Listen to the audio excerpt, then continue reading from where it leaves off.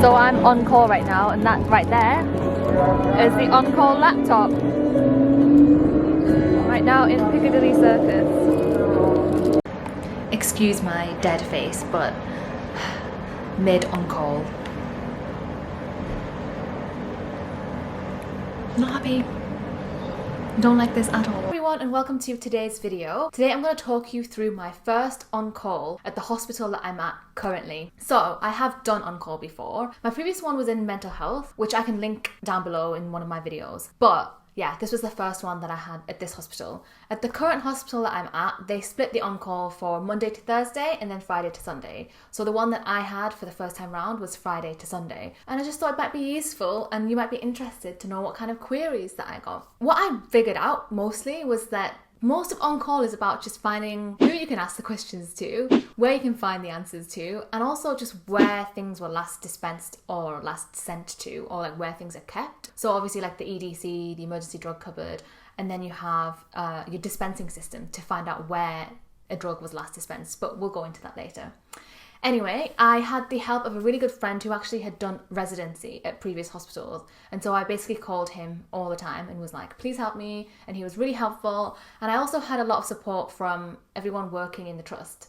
They all know what it's like. And they all said to me, look, I remember what it's like to be on call for the first time. So please call me. And I actually made use of that. So yeah. Oh, also, obviously, you might have dealt with these queries differently. So if you think that what I did was wrong, or if you found information that you think I could have contributed, or anything that you think I could have improved on, I am welcoming all comments. So don't be afraid. Tell me what you think you could have done. And basically, this is just what I did. Okay, so my first call was on Friday night at around 8 p.m. It was from an A&E nurse who was calling because a patient had had a nitrous oxide overdose. So the doctors had prescribed her hydroxycobalamin in IM, intramuscular injection. Later on, I found out on Talkspace that what it says is, for all patients with acute neurological features, administer hydroxycobalamin 1 mg IM and folic acid 5 mg, respective of B12 and folate concentrations. So obviously, if someone has had a nitrous oxide overdose, those two drugs are something that you prescribe. I didn't know this, so it was great to learn it. That information was from Talkspace. But anyway, the important thing was that we needed to supply the hydroxycobalamin injection. They said that they had a higher strength in the EDC, but that was a completely the wrong strength. So then what I did was just went on JAC, which is our dispensing system, and found out that it was actually stock on one of the elderly wards, which I had worked on previously. So then I called the elderly ward and I was like, please, do you have stock of this? It's on your stock list. Can you check? And can you please blend one to A&E? And one of the nurses found it, and that was it. That was the first query sorted. When I first received that call, I was terrified because I was like, what the hell? An overdose. Like, I need to answer this quickly. Like, right now, I'm so scared. But then actually, it was more about the supply and where the drug is. So it ended up being okay. Now, my second query was terrifying. I got this call at 4 a.m. on this Saturday morning. And it was a patient who had a liver transplant and was on hemodialysis. And they were looking for an antibiotic, like a combination antibiotic, which is ceftazidime and avibactam. This combination of antibiotics ended up being like the worst because I got another call about it in my next query, which I'll go into. But you know when you just hate a drug, I was like, why is this drug, like why is this combination of antibiotic not in the EDC? It was like I was getting so triggered. But anyway, and they also asked what dose. So this is at 4 a.m. I like got up and I just like opened the laptop and I'm like, oh my god, I don't know what to do. So obviously I called this pharmacist who had also done residency, and he was just like, right, we'll look in the SPC for the dose. So we found in the SPC the correct dose for someone who's on dialysis. And then we had to think about, well, where is it in the hospital? Like, do I have to go in for it? Or it's not in the EDC. So the next thing we did was check where it was last dispensed to. And it had been dispensed to a patient on another ward. So then I called that ward and I was like, okay, do you have enough for this patient? And they were like, yes, we can give you a dose. So we took vials from them and then gave it to the ward that needed it. And then I handed this over to the weekend team. So another thing I realized was that handing over is so important, because if you don't hand over, then no one knows what happened. And then I'm still on call. So then if the stock that we borrowed is not replenished, then it's going to be me going in again. So then I wrote this email at like 5 a.m. and I was just like, hi, I received a call last night. And I like CC'd in like all of the liver pharmacists and like the weekend pharmacists. I also messaged one of my friends who was working on that weekend as well, and I was like, look, this is what happened. We borrowed these antibiotics from this patient and gave it to this patient, so could you please, replenish whatever they need, and also this is the dose that I advised, and if there's any issues with it, then please get back to me. And they didn't like get back to me on the problem with the dosing, so hopefully that was okay. The next query, and I was just like cycling around London, and like you can sit in and be really miserable on call, but also you can just decide, I'm just going to enjoy my life and carry on and go out, which is what I did during the mental health on call as well. A lot of people would probably not do it this way, but I was just cycling around Central, so I knew that if I had to go in, I could still go in. But anyway, I was cycling in front of the London Eye when I received a call about Cosmifer. It wasn't exactly urgent. They wanted to give the iron infusion the next day. So I was a bit like, okay, well, you're calling me about this now. We could have had this conversation tomorrow when I'm working, but whatever. So, Cosmifer dosing. Obviously, you need to know the patient's weight, and you also need to know the HB level. You also want to know what target HB. And then I went on the SPC and I showed her the Ganzoni formula, which calculates the correct Cosmifer, like iron dosing for patients. And so I did that for 2 of her patients, and then that was it. She was like, okay, I'm going to prescribe this, and hopefully the nurses will request it tomorrow. And I was like, I'm working tomorrow, so I'll get the requests. And I also told her to prescribe the PRN medications. So when patients receive iron infusions, very rarely they can get like a super anaphylactic reaction to it. So just in case, they prescribe like hydrocortisone, chlorphenamine, paracetamol, and adrenaline. Yeah, it came to me eventually. So I also advised that she prescribe those as well. The next query I got was on the Saturday night, and it was from the labour ward. And it was about a patient who needed a low molecular weight heparin, but she religiously didn't believe in getting animal product. And when I heard this, I was like, okay, I don't know what to do. Again, I called my friend, and he was like, okay, well, ask if the patient, if there was no alternatives, would she accept something with like a heparin with animal product in it, derived from animals basically. And so then I called back and I was like, oh, if we can't find an alternative, would she accept? And she said yes, in this case she would accept. So I did all of the research on the SPCs and found out that there were no low molecular weight heparins that weren't derived from animals, except fondaparinux.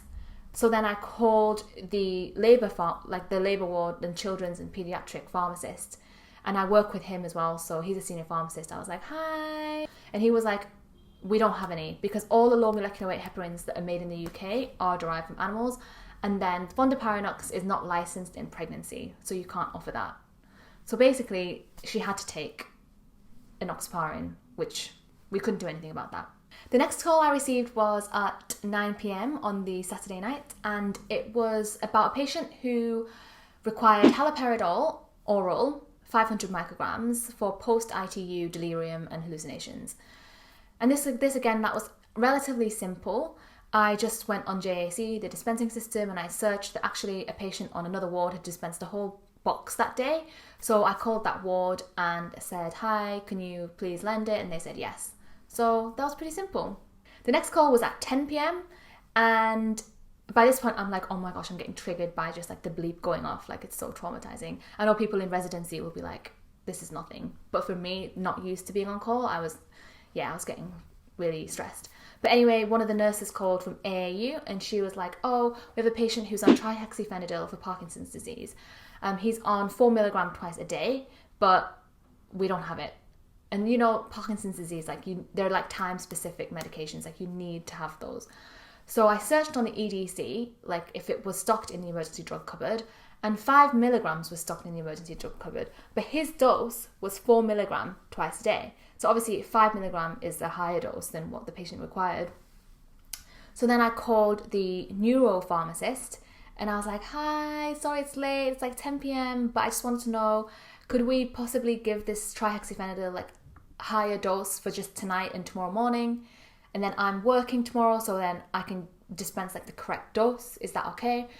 And she did a little bit of research, and she was like, yeah, actually, if possible, if the tablet is scored, could they possibly like give 3/4 to the patient? And if not, then tell them to give the 5 mg dose. Like, it's not something that you should really be going in, like, that you have to go in for. Okay, the next call I received, I was like pretty annoyed about, but it was at 6 a.m. on the Sunday morning, and I was about to get up a few hours later to go to work anyway.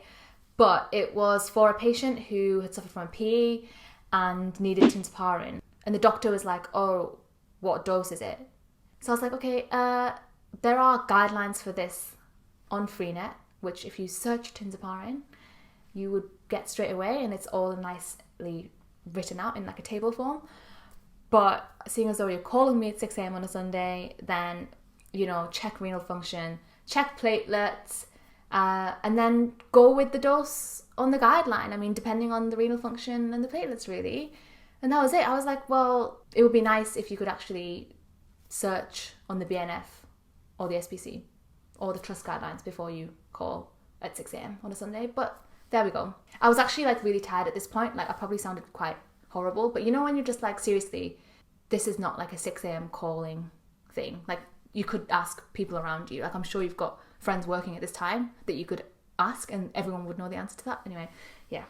Okay, so then I had my Sunday shift. I worked, I came back home, and just when I arrived home, I received another call, and it was another call about ceftazidime and avibactam. And I was like, seriously, this ceftazidime avibactam antibiotic combination is actually going to kill me. Again, I was really lucky because we dispensed some for another patient that day, and they were happy. That ward was happy. Like, ITU were happy to lend that ward some vials. So again, I was lucky, but I've now requested it to be added to the EDC because honestly, like, yeah, it was just annoying. Okay, and one of the last calls I received was about a patient whose gentamicin level came back, and it was 10 hours post-dose, and apparently the dose, like the level that they received back, was quite high, and the doctor was just asking, like, do we need some sort of like antidote for that? And I said, well, is the patient symptomatic? And they were like, no, they're fine. So we just advised, again, I called a senior pharmacist and asked for help, and again he was like, just advise that they take the levels again in the morning and just wait until the level is less than 1. So yeah, that was about it really. There were a few more in between that I haven't mentioned because they were either really stupid and not relevant, or I was able to solve it at work. So yeah, that was it. So that was kind of like a whistle-stop tour of how my on-call weekend went, but I hope that it gives you some idea. I'm so thankful that I did not have to go in this weekend, like last weekend, but I don't know, it's gonna happen one day because I have really bad luck. I always end up going in for on-call, so we'll see how it goes. I will also keep you updated on my next on-call. Like I said, if you've got any suggestions for improvement, then let me know. And sorry this was so rushed. I'm actually out to see my friend now, so I'll see you later.